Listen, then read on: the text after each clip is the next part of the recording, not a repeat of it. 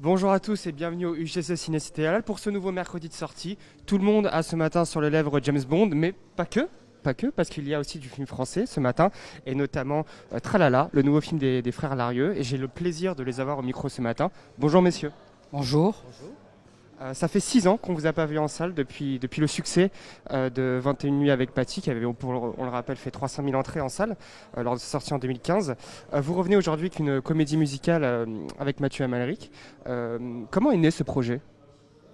C'était un désir assez ancien de faire un jour une comédie musicale et de revenir à Lourdes dans notre ville natale. Donc les deux projets conjoints, ça a fini par se faire voilà, entre deux confinements.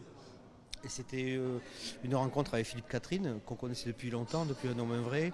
On s'était toujours dit d'ailleurs, si un jour on fait une comédie musicale, ce sera avec lui à la composition des chansons. Et puis là, on a eu une conversation avec lui qui a vraiment lancé l'histoire, le scénario, l'inspiration, le désir du film. Et puis après, il a disparu, il a eu beaucoup de choses à faire. Il est parti dans d'autres sphères. Mais même sa disparition, que Mathieu Amalric a remplacé, a créé un élan supplémentaire en fait. Alors, ce qui est curieux dans le film, c'est que chaque personnage a des chansons écrites par un auteur différent. Comment vous est venue cette idée assez originale finalement? Parce qu'on tenait à ce qu'on dit toujours, c'est qu'on ne voulait pas que la musique et le genre descendent du ciel, on voulait que les choses partent des personnages. Et en l'occurrence, comme ce sont des acteurs et des actrices qui chantent, on avait envie que chacun ait son univers. J'allais dire un peu comme dans la vie, chacun a son univers musical.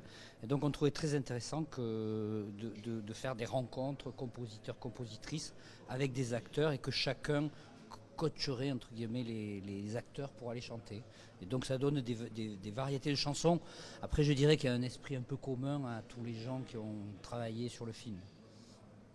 Lourdes, vous le disiez, votre ville de naissance. Vous aviez, il me semble, pas tourné à Lourdes depuis dans vos premiers courts-métrages. Qu'est-ce qui vous a poussé à revenir dans votre ville natale sur ce film-là précisément? Il y avait une vraie évidence. C'est une ville de comédie musicale. Enfin, voilà. Et quand on connaît les films de Demy, en plus il y avait ce romanesque provincial que Demy avait beaucoup mis en avant, avec lequel on était familier. Enfin, pour nous c'était une évidence. Finalement, la ville natale, c'est juste qu'on la connaissait, mais au fond, Demy aurait pu tourner une comédie musicale à Lourdes. Un film des frères Larieux à Cannes, c'est quand même en séance de minuit, c'est quand même assez original, non? Vous avez été surpris par cette sélection? On y a déjà. Non, Cannes nous a souvent, que ce soit dans toutes les sélections. Je pense d'ailleurs que on a commencé, on a été à l'Acide, on a été à la quinzaine des réalisateurs, on a été en compétition, on a été en séance de minutes. Donc Cannes fait partie de notre itinéraire, nous a soutenus. Donc j'allais dire c'est pas très original, mais c'est toujours très agréable d'y être. Voilà.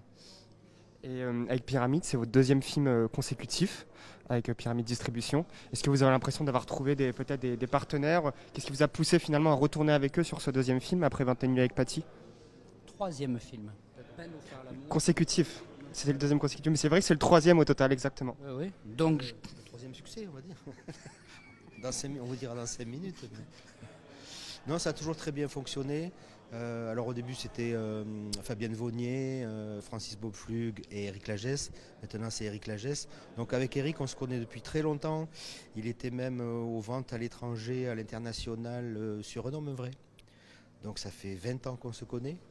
Et on l'apprécie beaucoup. On a des conversations franches, animées, mais toujours productives. On aime beaucoup.